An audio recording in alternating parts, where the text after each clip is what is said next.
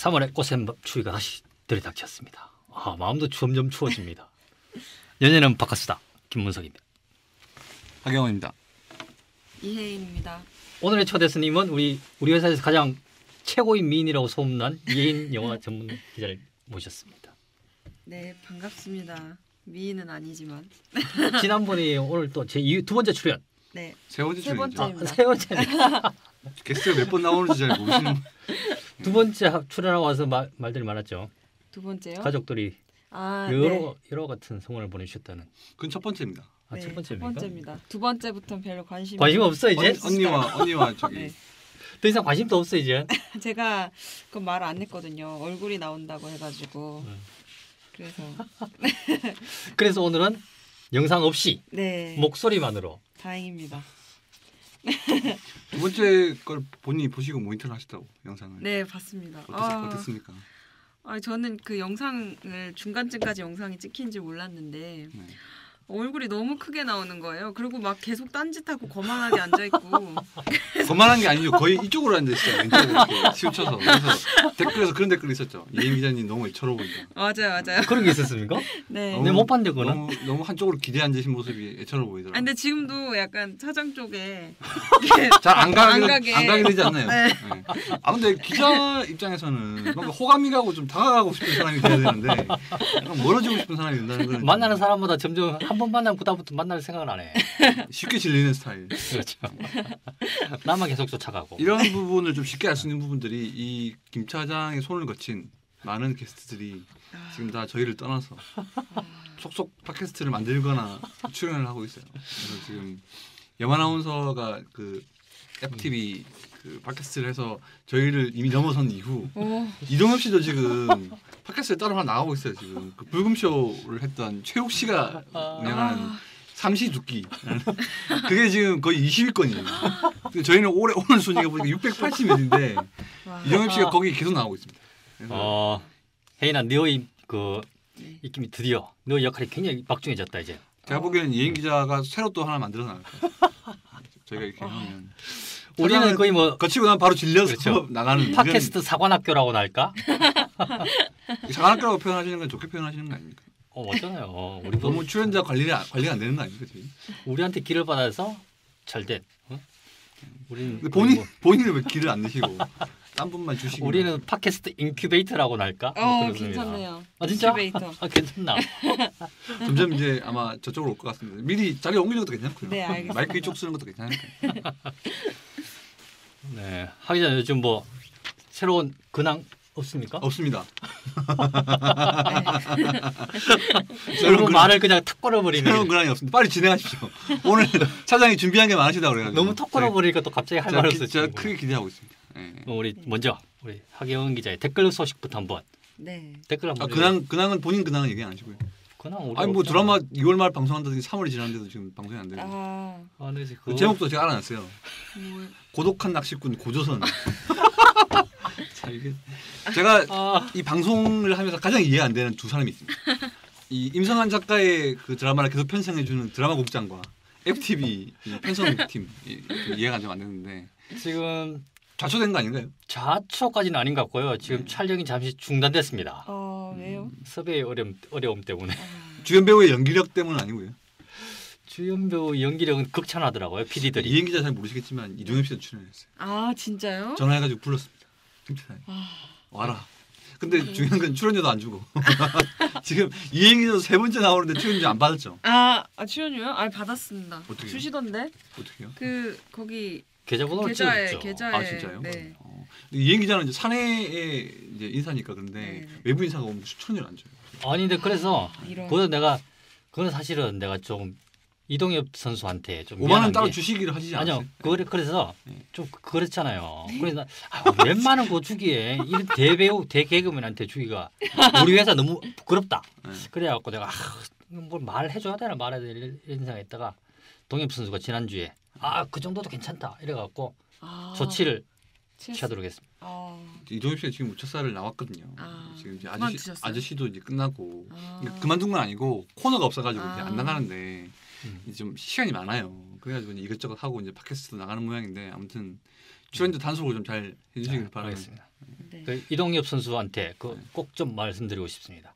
제가 뭐 아기로 뭐 그런 건 아니고 말하는 건 아기는 아니고. 이제 제가 태어난 게 9월에 아기고 나쁜 뜻이 없었다는 말씀이죠. 아니, 그렇죠. 그 네.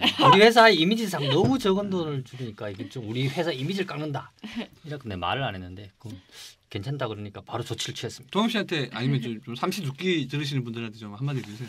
저도 그 삼시두끼 굉장히 기대 큽니다. 그 이동엽 선수 우리도 꼭 한번 좀 불러주시고요. 아 그래 제가 그런 일이 있었어요. 이정엽 씨가 팟캐스트를 한다는 얘기를 듣고 제가 얘기를 했어요. 아 들어보니까 재밌더라. 근데 이 동엽 씨가 우리하고 있을 때는 잘 안 하던 얘기도 막 하고 뒷얘기를 막 하는 거예요. 막 이상한 자기가 만났던 뭐 신동엽 이런 분들 뒷얘기 같은 거를. 그래서 아니 우리한테 나와서 해야 되는 거 아니냐 싶어가지고 차장한테 얘기를 한 거예요.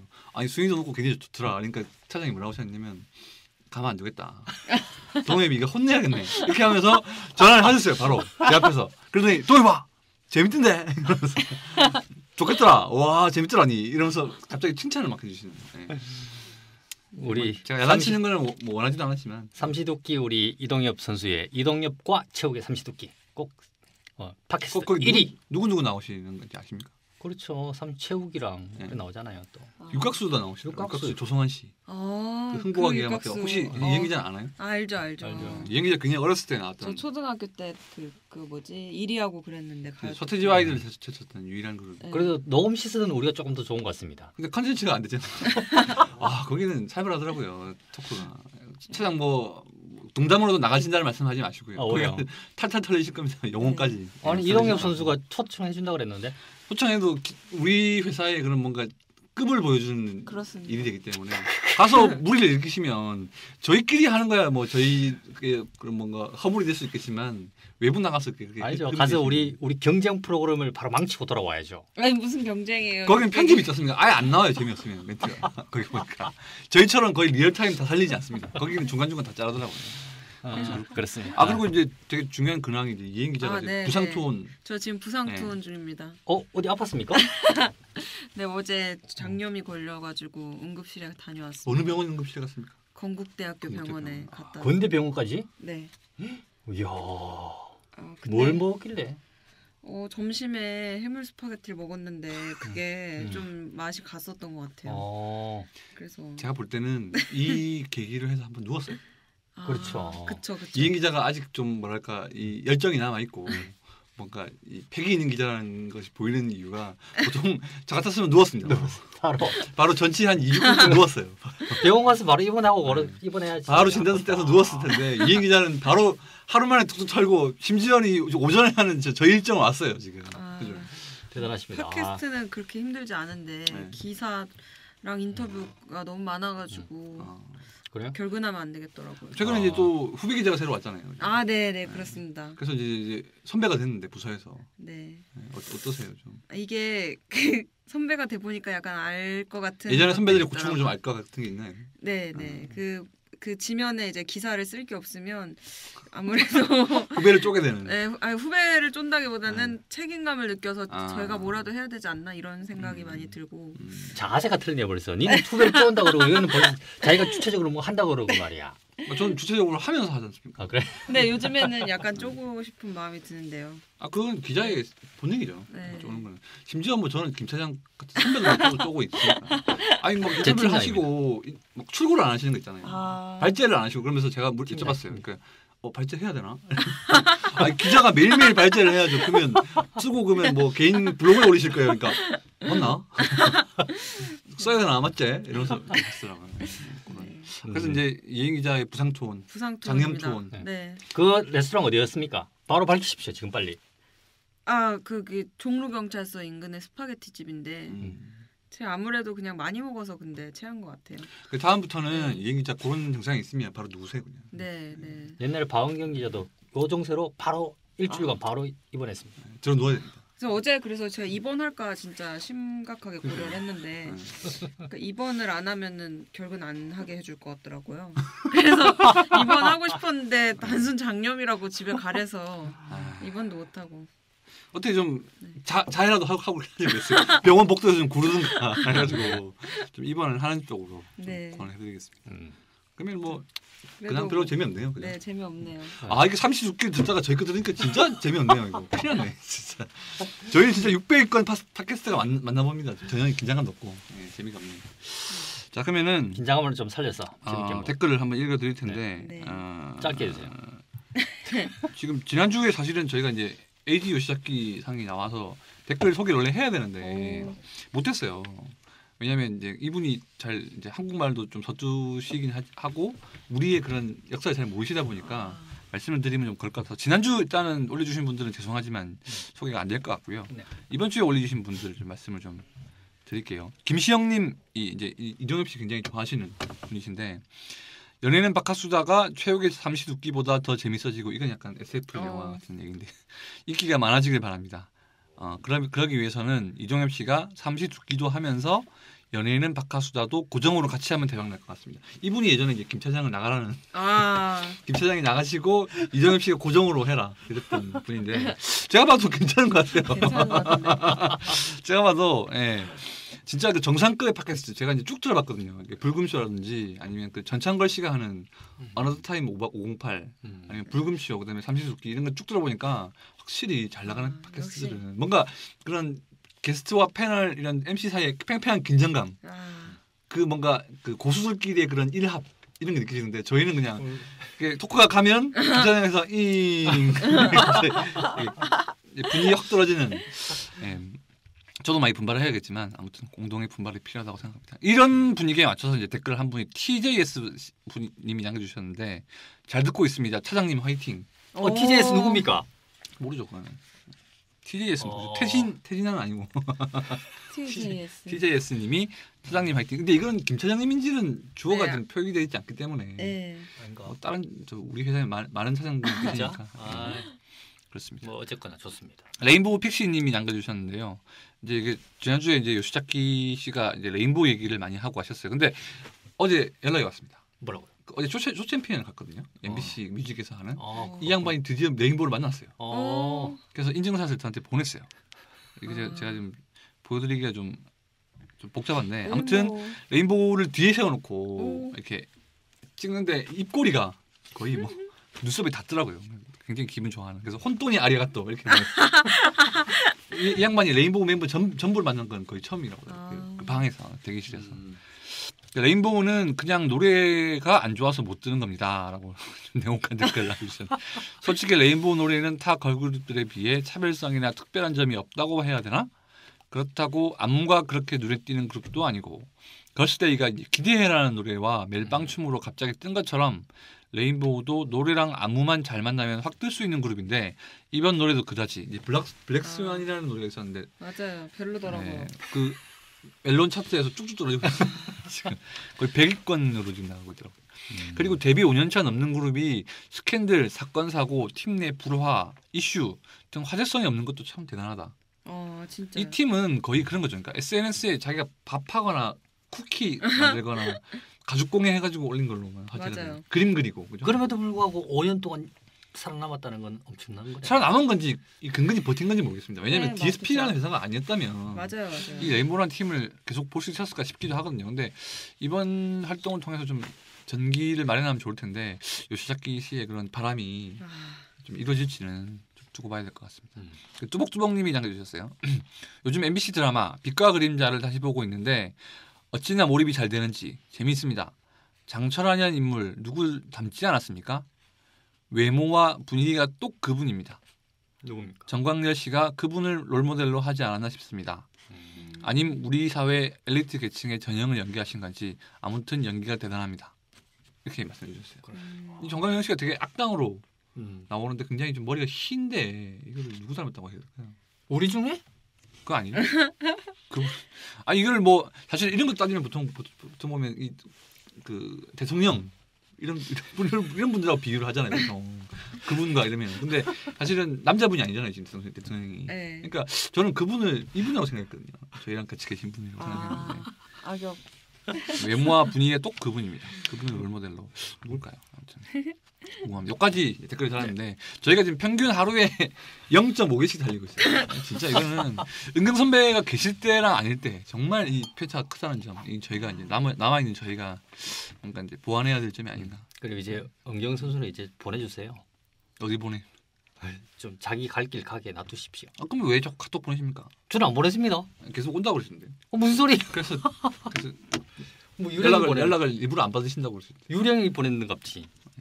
그럼 오면 또 좋아하시잖아요. 아, 그거는 그 우리 캐릭터 연기해줘야 되니까. 아 근데 안 계시면 진짜 저희가 순위가 안 나오긴 안 나와요.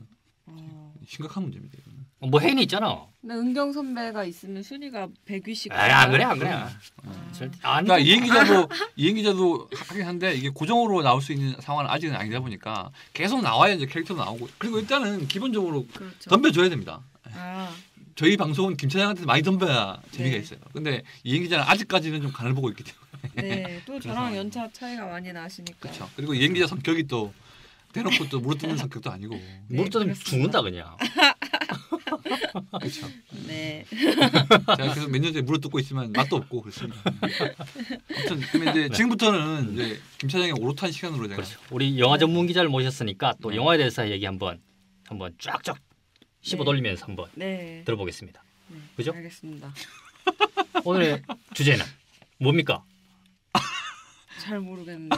아니 뭐야 왜 몰라? 아니 정해 오셨다면서요? 이혜인 기자가 선정한 3월 개봉 영화 뭐 그런 거 아닙니까? 빰빰. 3월에 볼만한 영화 그렇죠. 추천. 저는 그걸 준비해왔습니다. 좋습니다. 다리 차장 뭐 근데 자세가 준비하신 지금 굉장히 불량해. 다리 꼬고 있는. 그러니까 이게 차장 뭐 준비해 오신 거 없고요? 저도 준비했습니다. 뭐 준비했어요? 같이. 차장 거부터 먼저 들어볼까요? 아니 같이 했습니다. 3월. 네. 자 어제 우리 이혜인 기자 한번 네. 이혜인 기자가 추천한 3월의 영화는 어떤 걸까요? 이혜인이 기자. 3월에 이혜인이 추천한 이렇게 하려다가 아참 그거보다는 최근에 저기 순수시대 영화 보지 아, 예, 않았습니까? 그렇죠. 오늘 순수의 시대 얘기하려고 준비해왔어요. 어땠습니까 영화? 그거를 김 차장하고 옆에 앉아서 봤거든요. 정말 힘든 경험인데 그죠? 참 같이. 쉽지 않은 일인데. 네.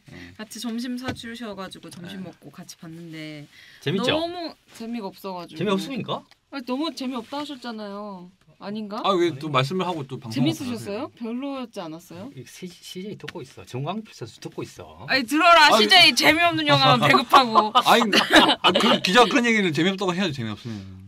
정광필 씨도 제가 네. 재미없다고 안 그래도 뭐 어땠어요? 재밌었어요 해서 음. 재미없었어요. 그러니까 네 뭐 그렇게 말할 줄 알았다는 식으로 아, 말씀하시더라고요. 저는 CJ 팀장님 저는 재밌었습니다. 네, 아, 그러십시오. 네 정광필 씨는 이제 자기 본인은 어. CJ니까 음. 뭐 괜찮다고 이런 식으로 뭐 어. 재미 요소가 있다 이런 얘기를 하셨는데 전 너무 재미없어가지고 근데 어. 어차피 뭐 저희가 중간에 돌았습니까?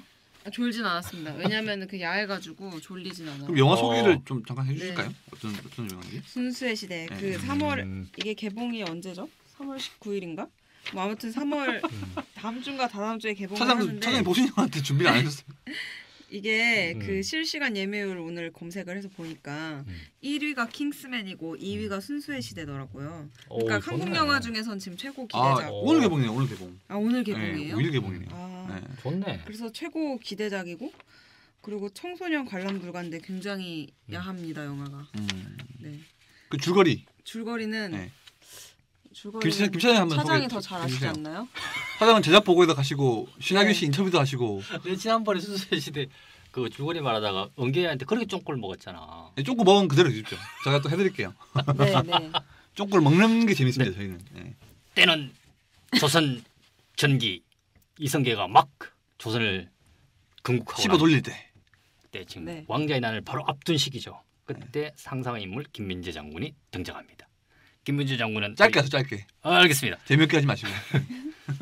저는 처음에 김민재 장군과 이방원의 대수사극 액션 뭐 전쟁신 뭐 그런 영화인 줄 저도. 알았습니다. 근데 알고 보니까 김민재와 그 강한 나의 러브 스토리가 큰 축을 이루는 근데 영화였습니다. 러브 스토리한 말도 너무 좋은 말이에요. 그래? 에로사극, 에로사극.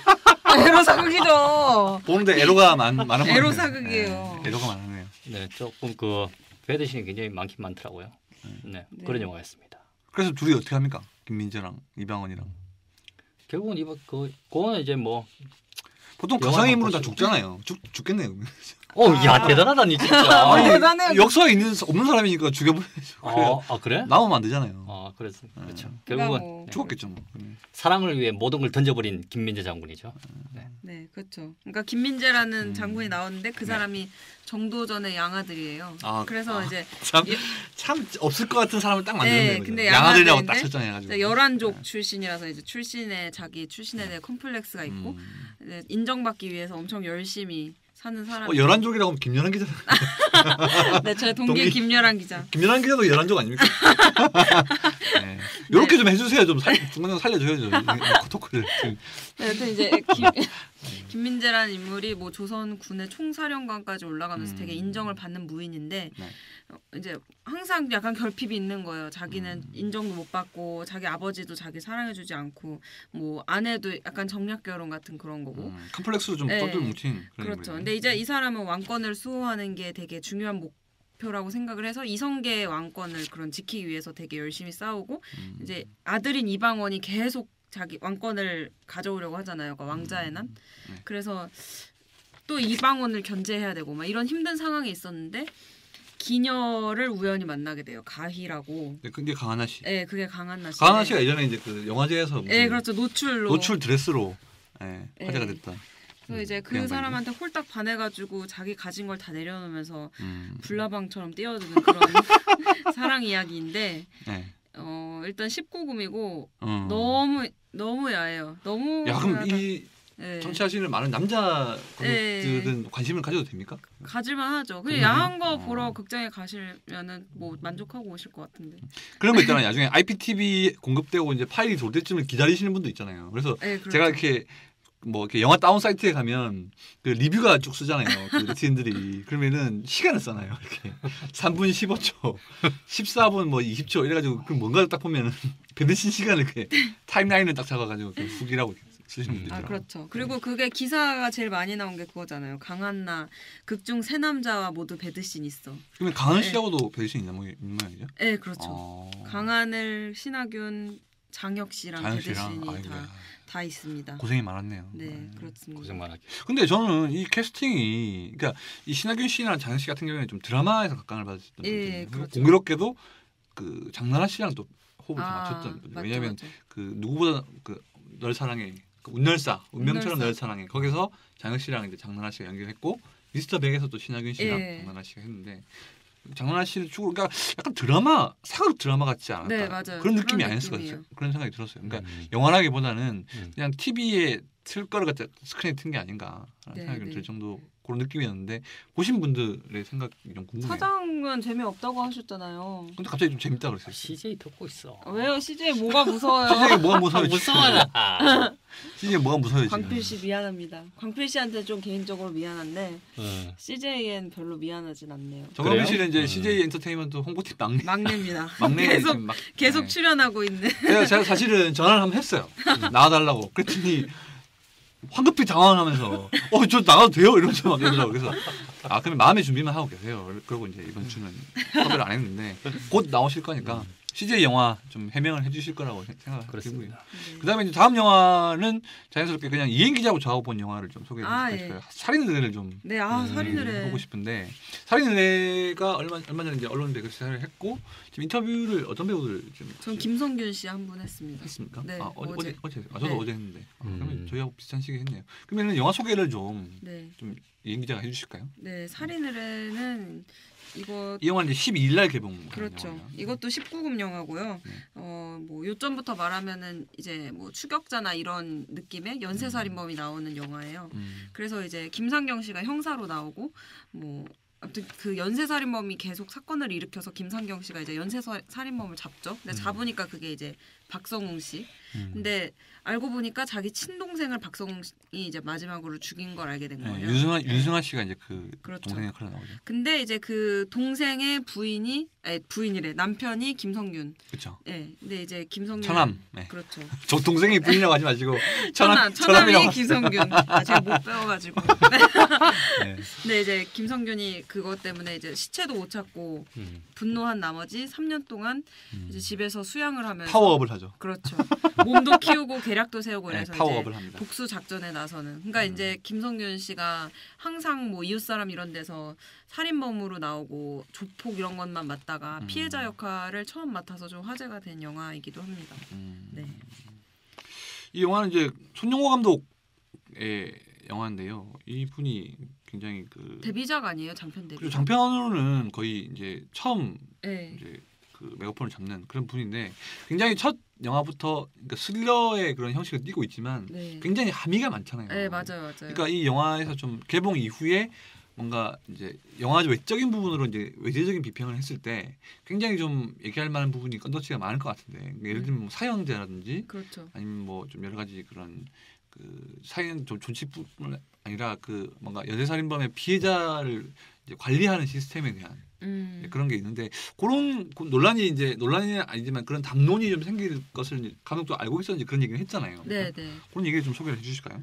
이제 보면은 그 박성웅 씨가 연기하는 연쇄살인범이 실제 있던 정남규를 모델로 한 거래요. 근데 그렇죠. 되게 절대 악처럼 피도 눈물도 없는 그런 캐릭터로 나오거든요. 그래서 죽이고 나서도 전혀 반성하지 않고 즐기죠 오히려. 네. 근데 이제 감독은 그거에 대해서 좀 의문을 제기하고 싶었던 것 같아요. 이렇게 반성도 안 하고 좀 즐기면서 사는 그런 사람들을 굳이 사형을 하지 않고 감옥에 이렇게 무기징역으로 계속 냅두는 게 맞는 그러니까 사형은 일인가. 구형을 받았죠. 네. 근데 이제 우리나라는 사형제가 이제 시행되지 않겠지만 18년째 지금 시행이 안 되고 있기 때문에 사형 구형을 받았어요. 근데 집행이 안 되는 거죠. 그렇죠. 그래서 그런 현실에 대해서 좀 의문을 던지고 싶었던 것 같아요. 그렇다면 과연 이 사람을 냅두는 게 옳은가? 그럼 피해자들의 억울한 마음은 어떻게 해소를 해야 되나? 뭐 이런 얘기 같은 걸 영화를 보면은 그럴 수도 있겠구나. 그리고 또 이제 약간 담론이 나올 수 있는 게 사적 복수. 그러니까 이 그렇죠. 법 체계를 벗어나는 그런 개인적인 그런 복수가 이제 과연 온당한가? 네. 그게 이제 약간 김상경 씨하고 김성균 씨의 입장 차이. 그렇죠. 그래서 이제 김성균 씨는 그거를 이제 피해자의 입장에서 결국에는 법은 믿을 게 못 된다. 내가 처단하겠다. 이렇게 해서 나서는 타입이고 이제 김상경 씨는 형사라는 직책이 있다 보니까 여동생을 죽인 그런 살인범도 계속 교도소 찾아가면서 돌보고 중간에 초콜릿을 주는 씬이 있잖아요. 그래서 초콜릿을 주니까 이제 박성호 씨가 그걸 먹고 휘파람을 불면서 이렇게 접근장을 빠져나가는 그런 씬이 그렇죠. 있었는데 그렇게 참고 있는 게 맞는 것인가 법체계 안에서 아니면 법체계 밖에서 개인적인 복수를 해야 되는 것이 맞는 것인가라는 이제 그런 담론에 대한 것도 있는데 김차장 경우에는 혹시 이렇게 그 카피가 그렇습니다. 누구 죽여보고 싶은 생각 없습니까? 뭐 이런 카피가 있는데 그렇게 좀 안갚음을 하고 싶은 그런 느낌을 받으신 적이 있었나요? 많죠. 저하고 은경 선배 외에 많습니다. 실제로 사람 살면서 그런 걸 안 느껴본 사람이 있겠습니까? 혜인이도 있죠. 네, 그렇죠. 있습니다. 근데 단지 이제 복수를 하시는 편입니까? 아니면 참는 편입니까? 참아야죠. 제가 아직까지 그렇게 김성균 씨처럼 극단적인 상황이 안 됐기 때문에까지 안 갔을지 모르죠. 그렇죠. 뭐 지난번에 그런 영화 있었잖아요. 이승민 씨랑 정재영 씨가 나왔던 그 방황하는 칼날 말씀하시죠. 방황하는 칼날이랑 그때도 딸이죠, 딸. 그때도 뭐 조금 비슷한 정재영 씨가 이제 복수를 해가지고 오히려 쫓기는 그런 영화 있죠. 그때도 그랬잖아요. 사적인 복수가 정당한지 아닌지 그게 큰 주제였는데 이번에도 그러네요. 실제로 우리가 실제로 그걸 행동하는 순간 그거는 이미 법 체계가 무너지는 거니까 그렇죠. 그때는 상당한 갈등이 충분히 있을 거라고 예상이 되는데 법으로 안 되는 일이 너무 많지 않나요? 살면서? 그렇죠. 네. 이 기자는 어떤가요? 그러니까 김성균 씨의 그 입장, 김상경 씨의 입장이 있을 텐데 저는 그냥 근데 법은 지켜야 되는 게 맞는 것 같아요. 저는 사형제를 폐지하는 거에 대해서 찬성하기 때문에. 근데 이 영화를 보면 감독님은 사형제에 대해서, 그러니까 사형제 폐지를 반대하는 것 같지 않나요? 아니, 찬성하는 것 같지 않나요? 사형제가 존치돼야 한다는. 네, 그러니까 사형제 쪽에 찬성을 하는 것 같은 느낌이 들더라고요. 네. 그래서 근데 전 뭐 그렇습니다. 그러니까 아무래도 상황들이 이제 죽일 수밖에 없는 이 용의자가 계속 하는 행동들이 그런 관객들의 공분을 자아내는 면들이 많기 때문에 그러니까 전혀 뭐 과거의 트라우마라든지 아니면 뭐 열악한 가정환경 뭐 가슴 아픈 사연 이런 게 아니라 그냥 순수한 악이 진짜 절대악 뭐 이런 식으로 상정이 되는데 아마 이제 영화를 보신 분들은 다 이런 얘기 하시겠지만 샤워장 장면이 굉장히 이 영화의 백미가 아니었나 좀 그렇죠. 개인적인 생각이 들어요. 거기 보면 이제 그 김성규 씨가 이제 어떻게 해가지고 이제 그 박성홍 씨를 해하게 되는 과정까지 오는데 그 과정에서 이제 샤워장에서 교도소 샤워장에서 싸우는 장면이 나오잖아요. 예, 그러니까 박성홍 씨가 맨몸으로 결투를 벌이는. 실오라기 하나 안 걸치고 완전 그냥 생몸으로 그냥. 약간 터미네이터 같은 느낌. 네, 몸이 너무 좋더라고요, 네. 진짜. 칼을 몇 번 맞았는데 뭐 쓰러지도 않아요. 근데 그 뭐지 그 장면 기다리다가 긴장해가지고 응급실 가신 거 아니에요? 그러게요. 네, 그 뭐 어제 이제 인터뷰 박성호 씨가 그 언론 배급실 사회를 보다가 중간에 어지러워가지고 응급실 갔어요. 갔어요. 오예요. 근데 그 원래 두통이 자주 있고 그런 어지럼증을 자주 느끼신대요. 그래서 그 관계자들은 박성웅 씨를 소녀마음 박성웅이라고 하더라고요. 원래 되게 여린 분인데. 네. 그런 역할을 하면서 이렇게 사람을 죽이거나 때리거나 이런 역할을 하고 나서 집에 가서 잠을 못 잤대요.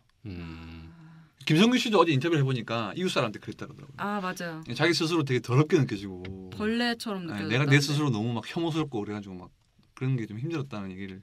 그러니까 이 살인마끼리 출연을 했어요.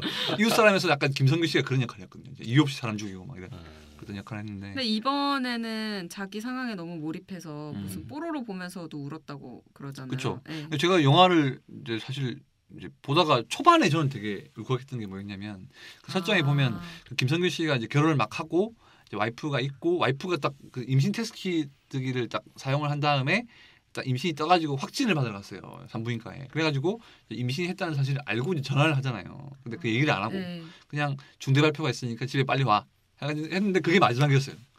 그래가지고 없어지는 거니까 이 이제 남편 입장에서는 제 상황이 자꾸 이제 이 몰입이 되는 게 있잖아요. 저도 이제 좀 비슷한 상황이다 보니까 만일 나한테 그런 일이 만약 지금 상황에서 있었으면 내 기분이 어떨까 생각하니까 이 김성규 씨가 중간에 막 괴로워하고 막 절규하고 이런 장면들이 저한테는 굉장히 뭔가 이렇게 이게 뭐랄까 이 감정적인 이 뭐 영향이 크더라고요. 아 저도 그런 생각했어요. 저도 지금 연애를 하잖아요. 그래서 만약에 남자친구를 약간 눈이 이상해지. 했다. 이행 기자 11살에 갑자기 그래서 동공이 흔들리시는 이유는 뭡니까?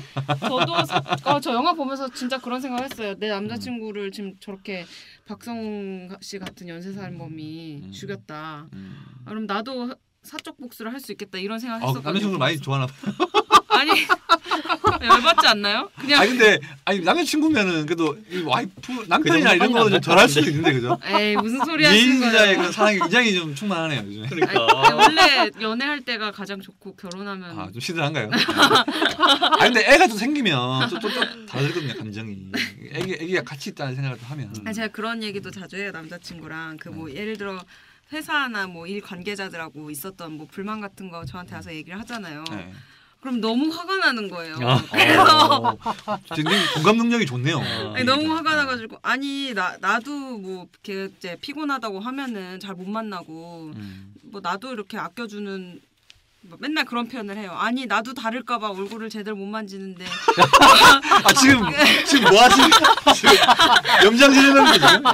아니 나 많은 솔로 청취자분들 좀 죄송합니다. 이행기자 굉장히 좀 연애에 빠져 있는 거 지금. 아니 어딜 막 이러면서 막 분노하거든요. 우리 혜니 우쭈쭈 이렇게 하는 건가요? 아니 제가 이제 제 남친한테 제 남친한테 그렇게 얘기를 하는 거죠. 그래서 저도 사적 복수가 가능하다고 생각합니다. 약간까지는 법을 지켜야 된다고 그러시더니. 아니 열받죠. 남친 언제 받았습니까? 갑자기 이행기자 지키고. 그리고 저 결혼도 해야 되는데. 그럼요. 결혼 발표? 아니 그거는 이제 언젠간 결혼도 해야 되는데 제 남친을 해하면 안 되죠. 이행기자 입장에서 소중하게 간직해야 되는 그렇죠. 사람이죠. 지금 날아가 버리면 언제 또 인연을 만날지 몰라요. 큰일 나요. 왜 남자들 많아? 아니 제가 이전에 3년 정도 연애를 못했거든요. 지금 몇 번째 남자입니까? 그거는 뭐 말할 수 없습니다. 남자친구 이게 듣는다 그러잖아요. 곤란한 질문을 하시고.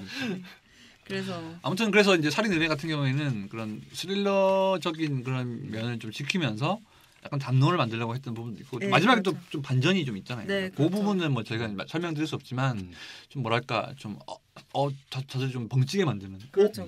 저런 상황이 생기다니 놀라게 되는 그런 상황도 있다. 그래? 그것 때문에 다시 한번 보고 싶네. 근데 선배는 재밌으셨어요? 저는 일단 그러니까 그 추격자나 다른 여타 살인의 추억 같은 이런 스릴러 이제 한국 정통 이제 흥행 스릴러들이 있는데 굉장히 그 스릴러들은 그 만듦새가 촘촘하고 좋잖아요. 그러니까 반전의 반전도 있고 긴장감을 시종일관 늦추지 않게 하는 그런 게 있는데 이 영화는 약간 그런 게 있었어요. 영화적인 구성에 있어서는 3년 후에 나타난 그런 김성균 씨를 보고 굉장히 긴장감이 생기고 이렇게 해야 되는데 약간은 좀 느슨해지긴 하더라. 그러니까 박성웅 씨가 나오지 않는 씬에서는 진짜 뭔가 땀을 쥐고 보기는 좀 쉽지는 않더라는 그런 부분이 있었어요.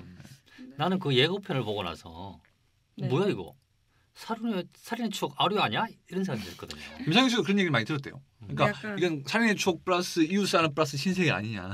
그러면 이게 박성웅 씨가 또 신세계 악역에서 되게 인상 깊잖아요. 거기서 뭐 살려는 드릴게 뭐 이렇게 하는데 안 살려줍니다. 안 살려줘요. 다 죽여요. 그렇게 되는데 아무튼 박성웅 씨의 그런 연기 변신 진짜 소름 끼치는 그런 연기. 그러니까 박성웅 씨가 거의 제가 봤을 때 재밌다고 느낀 부분에 한 절반 이상은 책임져 줄 수 있어요. 박성웅 씨가 안 계셨다면은 이 영화도 좀 약간 어떻게 될지 몰랐는. 맞아요. 임팩트가 별로 없어요. 박성웅 씨가 나오는 장면에서. 덩치도 진짜 크고 와 그 김성균 씨하고 투샷을 잡는데 어른과 꼬마 같더라고요. 운동을 얼마나 많이 하셨는지 그 운동한 장면이 나오거든요. 감옥에서. 근데 근육이 남자라면 진짜. 감독님도 그런 얘기했잖아요. 그 김성균 씨가 칼로 위협하는 장면에서 전혀 아니요. 초등학생이 위협하는 거 초등학생이 무슨 고등학생이 위협하는 것처럼. 그러면 캐스팅이 미스인가요? 미스는 아닌데 그만큼 이제 소시민적인 사람이 갑자기 3년 후에 돌변한 거니까 거기서 거긴 거죠. 어떻게 보면 뭐 운동을 하고 칼로 찌르는 연습을 하고 했다고 해도 거기서 이제 거기라는 점을 보이고 싶었던 것 같습니다. 그리고 이제 개봉 영화 중에 또 하나 더 소개해드릴 게 제가 이제 본 영화긴 한데 이행 기자도 봤어요. 또 이 영화도. 헬머니죠, 헬머니. 헬머니 말고 이제 고전에 할게 소셜포비아를 소셜포비아 맞아요. 해드려야 될 것 같은데 이 영화는 이제 그 작년에 한국 그 감독 아카데미에서 이제 장편 그 투자를 받아가지고 만든 영화인데요. 홍석재 감독 영화고 역시 그 살인의 내려와 같이 12일 날 개봉을 하게 되는 영화인데 그렇습니다. 이 영화는 젊은 친구들이 보면 재밌을 것 같아요. 좀 줄거리 소개 잠깐 해주실까요? 그러니까 이게 실제 감독이 자기가 실제 있었던 일에서 착안을 해서 시나리오를 직접 쓰고 연출한 영화예요. 그러니까 뭐 인터넷에서 이제 어떤 군인이 자살한 뉴스가 이제 나오거든요. 근데 거기에 여자애가 너무 심하게 악플을 다는 거예요. 근데 그 여자애가 원래부터 되게 악플러로 정평이 나 있었고 그거에 공분한 이제 네티즌들이 현피를 하러 가죠. 실제 세계에 아파트에 막 몰려갑니다. 이렇게. 네. 그래서 싸우러 가서 걔네 아파트에까지 갔는데 그 여자애가 자살한 걸 목격한 거예요. 이제 그 다음부터 이제 얘기가 쭉 펼쳐지는 뭐 그런 얘기죠. 변요한 씨, 그 미생을 통해서 그 한성률 역할을 맡았던 변요한 씨가 이제 독립영화계 거의 강동원이라고 불리는데 그렇죠. 그분의 이제 작품. 그러니까 원래 이 영화도 그냥 한국영화 아카데미 그런 졸업작인가요? 그러니까 장편 뭐 프로젝트 무슨 그런 프로젝트로 만든 영화라서 지난해 이제 부산영화제 때 공개도 되고 했죠. 근데 이렇게까지 크게 개봉을 할 영화가 아니었는데 변요한 씨가 뜨는 바람에 변요한 빨입니다. 변요한 빨 미생 빨로 진짜 이렇게 그래도 너무 크게 했어. 상업영화가 됐어요. 근데 재밌어요. 재밌죠. 괜찮지 않나요? 그러니까 저는 초반에 그 장면이 있잖아요. 그러니까 이게 뭐냐면 뭔가 그 SNS나 아니면 핸드폰 이런 걸로 소통을 하는 그리고 좀 확인되지 않은 정보에 막 휘둘리는 그런 요즘 젊은 그 사람들의 모습들을 좀 우화적으로 그리는 작품인데 되게 저는 인상 깊었던 장면이 뭐냐면 초반에 그 이제 악플러 여자애가 있는데 사람들이 막 공분하잖아요. 너 어떻게 댓글 그렇게 달 수 있냐. 그러니까 막 여자애가 그러면 뭐 띠꺼우면 뭐 와보시든지 이런 식으로 도발을 해요.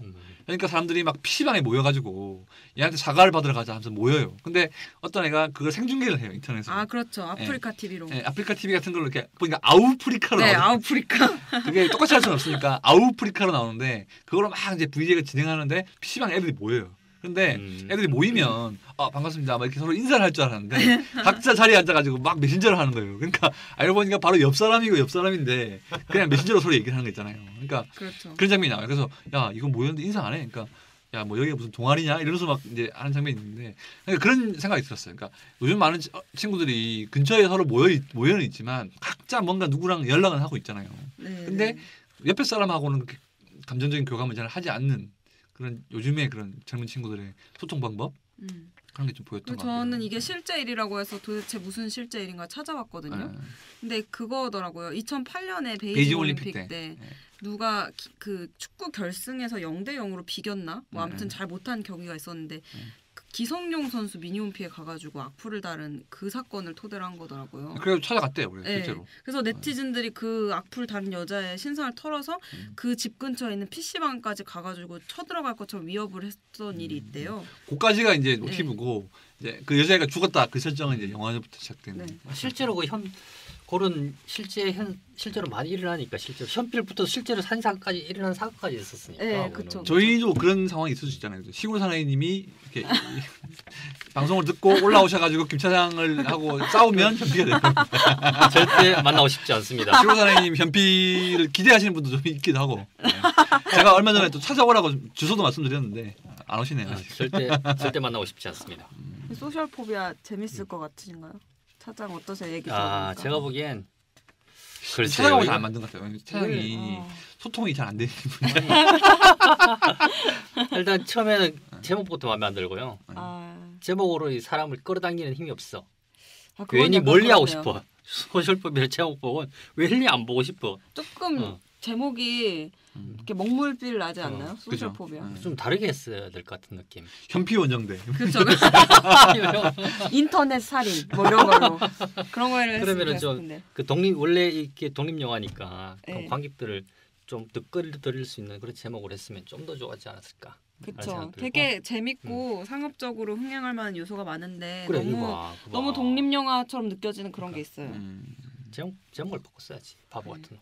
그러니까 좀 뭔가 이제 그 편집이나 이런 구성에 있어서도 굉장히 좀 네. 그 이제 아프리카 그 중계 화면이 막 이렇게 댓글 막 올라오고 네. 이런 것들 그다음에 막 사람들 사이에 이렇게 막 메신저가 문자가 막 뜨는 그런 구성들 같은 것들은 뭔가 지금 굉장히 빠른 속도로 소통을 하고 있는 젊은 친구들한테는 좀 흥미로울 수 있는 그런 구성인 그렇죠. 건 맞는 것 같아요. 그리고 그게 무슨 보면 네티즌들 말투를 이렇게 그 화면상에 말투로 이제 쓴 글들이 그대로 나오잖아요. 띄워주잖아요. 자막으로. 그거를 감독님이 다 쓴 거래요 혼자서. 아 진짜요? 몇십 명의 그 네티즌 말투를 자기가 진짜 다중인격 지성 뺨치네요. 그래서 대단하다. 네. 아 그걸 다 감독이 네, 만들었군요. 감독이 그 후반 작업 때 제일 고생한 게 그 타자 하나하나 친 게 힘들었다고 그 얘기 하시더라고요. 저는 다 각자 그냥 스태프들이 다 하나씩 치는 줄 알았더니 그니까요. 독립영화를 만들기 혼자서. 힘듭니다. 힘들었겠네. 그거 진짜 힘든 건데. 변요한 씨 연기는 어떻게 봤어요?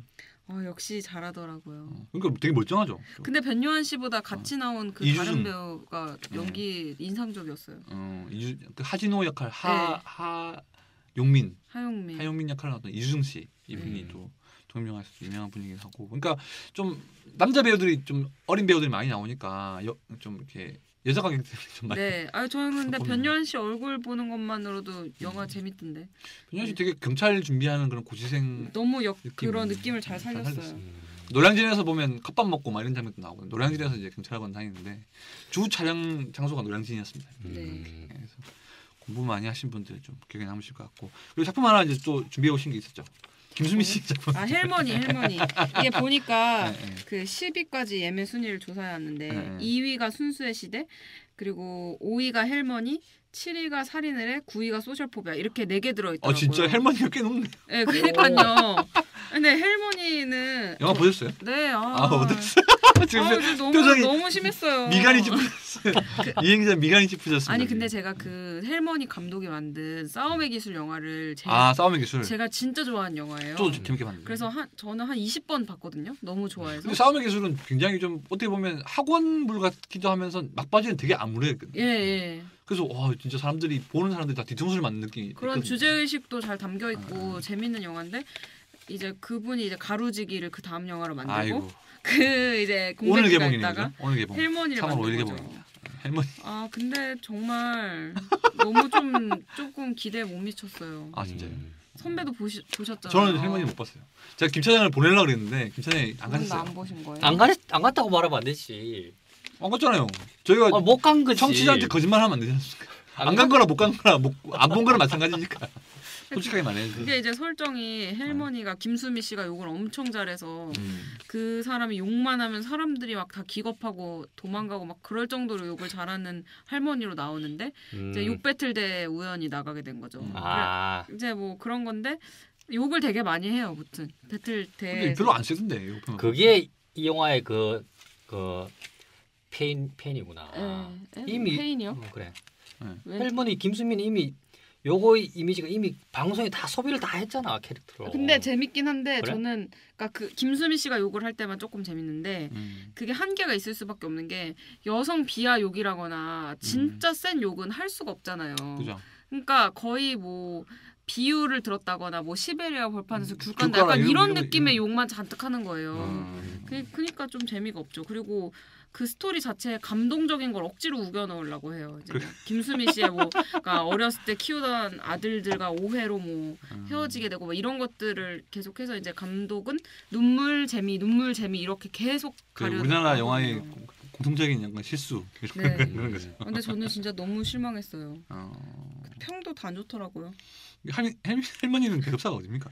배급사요? 네. 되게 소규모 배급사였는데 대형 그건 아니었어요. 아 그렇죠. 그러니까 이 살인 의뢰 같은 경우도 CJ나 그 큰 데가 아니라 그 이제 시네그루라는 네, 또 시내그루에서. 작은 회사고. 근데 약간 뭐랄까 그 대형 배급사들이 이렇게 딱 촉이 있으니까 잘 될 만한 영화들에 이제 배급을 많이 맡다 보니까 또 이제 그 사이사이에 이제 채우는 이런 네. 영화들이 있는데 사실은 좀 균형이 맞아야 되는 부분이 있긴 하거든요. 근데 살인 의뢰는 솔직히 좀 대형 배급사가 왜 안 잡았을까 싶을 정도로 좀 괜찮은 그래요? 영화긴 했는데 아무튼 뭐 그런 영화들의 선전을 좀 기대를 해보면서 그렇죠.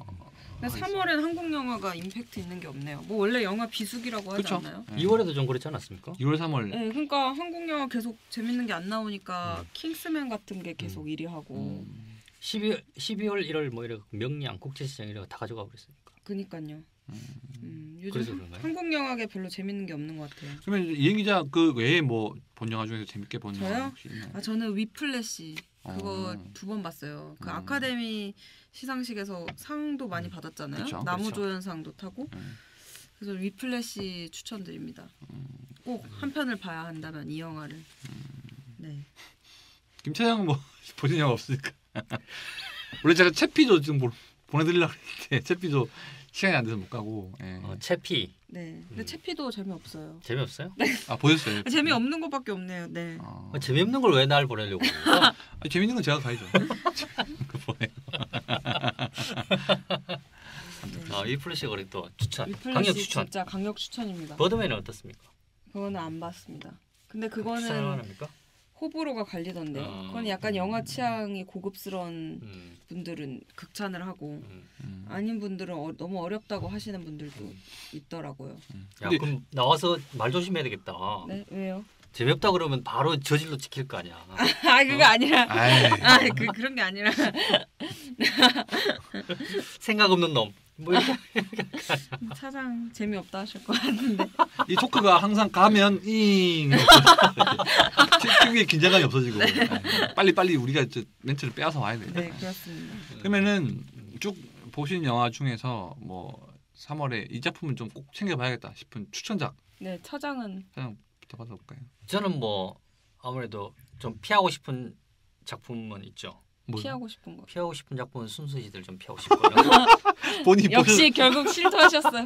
본인이 보셨는데 뭐 재미 있는 겁니까 없는 겁니까 도대체 지금 말씀이 좀 왔다 갔다 하시는데 뭐 그냥 보십시오. 재미없다고 하셨잖아요. IPTV로 보면 되지. 아니, 돈 주고 왜 옵니까? 돈 내고 아니 영화 끝났는데 계속 웃고 계셨어요.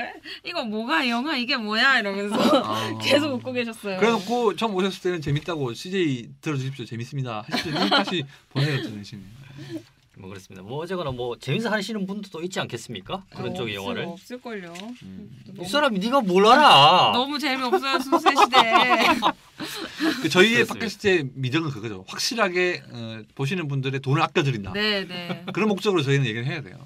뭐 배급사, 제작사, 감독 눈치 볼 필요 없어요. 그리고 어차피 저희가 여기서 이렇게 얘기해도 CJ 배급이면은 잘 되지 않을까요? 어느 보는 정도? 사람 보겠죠. 또. 네.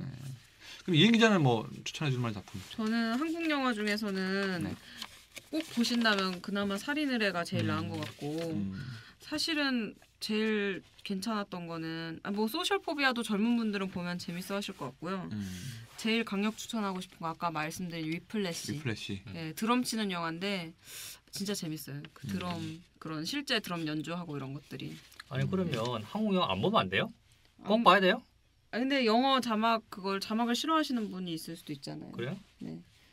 아니 나 한국 영화 재밌어서 못 봐. 지금 할 순 이제 없어? 그 극장가의 주 관객층으로 떠오르는 40대 이상이 좀 자막 영화 약하신 부분이 아 맞아요. 아. 저희 아빠도 자막 영화 잘 안 보세요. 아 그래요? 네. 더빙하면 감이 다 죽으니까 웬만하면 이제 좀 나이가 올라갈수록 한국 영화 쪽에 많이 좀 쏠리게 되는 그런 부분이 네. 있죠. 아 그래서 내가 한국 영화를 자꾸 좋아하나? 순수 씨는 재밌게 보셨다면서. 재밌어요 사실 그거 재밌습니다. 좀 봐주십시오. 순수의 시대. 하지만 김 차장 같은 경우에는 영화 담당을 하셔야 되니까 순수의 시대 좀 계속 봐주십시오. 자막 영화 위주로 채피 뭐부터 시작해서 지금 계속 애니메이션 위주로 원래 지금 도라에몽, 스펀지밥 이런 거 다 보여드리려고 그러다가 도라에몽 동자몽. 또 이게 방금 토크가 잉 하고 떨어졌습니다. 막 치고받다가 잉 하고 떨어졌습니다. 저는 개인적으로는 저 살인의 좀 괜찮게 봤거든요. 그래서 살인의를 좀 권해드리고 싶고 소셜포비아 같은 경우에는 이제 의미는 좀 있는데 이 중간에 좀 이 약간 긴장감이 처지는 부분이 있어요. 그래서 제가 졸아가지고 네, 중간에 졸아가지고 저한테 중간에 물어봤잖아요. 이렇게 중간에 막 반전의 그런 약간 바탕이 되는 이런 설정들을 좀 물어보고 그랬는데 오늘 인터뷰해야 되는데 누구 하세요 오늘? 그 감독님 인터뷰 아, 진짜요? 하거든요. 근데 중간에 졸은 그 내용을 몰라가지고 그렇죠. 큰일 났어요. 그 내용은 어물쩍 넘어가면 됩니다. 네. 아니 그 감독한테 물어보세요. 아. 왜 그렇게 만들었냐? 제가 졸았는데 그 내용 뭐냐고. 뭐냐? 졸았다는 빼놓고 졸았는데 하면 너무 무시하니까 그럼 빼놓고 이 다음 장면의 왜 의도 그렇게 만드냐? 이렇게 여쭤보시면 네. 될 것 같고 저는 박성웅 씨 연기를 좀 주목을 많이 해주십사는 그래요? 박성웅 씨 연기 참 못하는데 이번에 무슨 잘한. 뭘 못해요 그래? 박성웅 씨가. 아마 김차장보다 훨씬 잘하시는 거예요. 우리 이제 고독한 낚시꾼 고조선 주연 박성웅 배우보다는- 씨가 뭐 성질 내는 것 빼고는 없잖아. 그 표정이 근데 이번에 좀 잘했는 모양이죠? 표정이 장난 아닙니다. 저 스크린을 때리고 싶었어요. 이번에 좀 잘했구나. 스크린에 주먹질을 하고 싶었던 그런 생각이 있었는데 그래도 뭐 티켓 파워는 없잖아. 아무튼 뭐 이제 그 3월이 돼서 본격적으로 이제 나들이 철이 되면 점점 극장가는 또 더 비수기가 될 수 있는 부분이 있는데 앞으로 이제 영화들이 또 계속 개봉하는 게 좀 나와 있어요. 그런 것들을 저희가 좀 이제 타이밍에 맞게 저는 개인적으로 좀 기대하고 꼭 좀 보고 싶은 게 지금 화장입니다. 화장이요? 저 봤어요. 봤어? 부산 영화제에서. 어땠습니까? 사장은 좋아하실 거예요. 어땠습니까? 그게 저는 그냥 그랬는데 중년의 아저씨들이 엄청 좋아하시더라고요. 그 사실은 그 소설을 그 영화하기 굉장히 힘든 소설인데 그걸 어떻게 또 해서 잘 만들었어요? 그냥 그 소설의 느낌을 잘 잘 담았다고 담- 평이 있더라고요. 그건 조용한 영화겠구나. 감정만 따라가는 영화인데.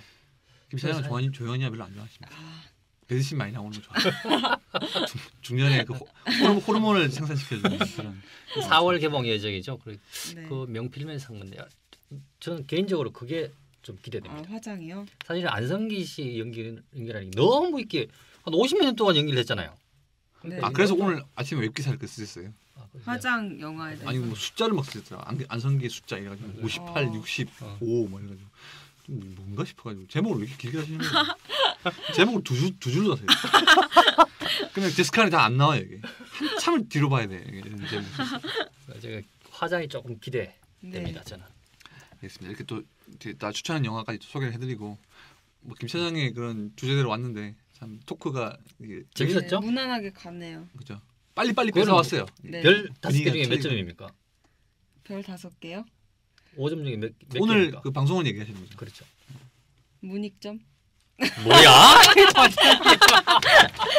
이거 예전에 무한도전에서 아, 했던 맞아요. 네. 확 나오네 진짜. 얘 잘라. 영화 얘 잘라 안 되겠어. 문익점 모르세요? 몰라. 별 5개 소시지 빵점 뭐 이런 거 있었잖아요. 무한도전에서 옛날에. 그게 그거 뭔데? 모르세요. 아, 요즘 분이 또 아니잖아요. 토크가 이렇게. 토크가 또이 떨어지게. 네. 오늘 3.5점 하겠습니다. 그게 문익점인가? 아니에요. 아니에요. 그냥 그런 줄 아세요. 저는 뭐 오늘 2개. 네, 별 2개. 무난하네요. 뭐야 왜 그래 짜 너는? 아니 전 원래 반개 정도 생각하다가 오, 그래도 저희가 재빨리 김 차장의 그런 토크를 네. 뺏어왔기 때문에 2개 정도로 제가 선방해- 생각하는 오늘의 별점은 5점입니다. 네. 잘했습니다. 500개 만점 아니에요? 오늘 이만 적겠습니다. 다음 주에 그러면 더욱더 발랄한 여러분들을 모시고 한번 끝까지 한번 가보겠습니다. 제 모든 것을 다 벗고 내려놓고 다음 주에 벗으신다고요? 카메라 준비해야겠네요. 고맙습니다. 다음 주에 다시 뵙겠습니다. 감사합니다. 감사합니다.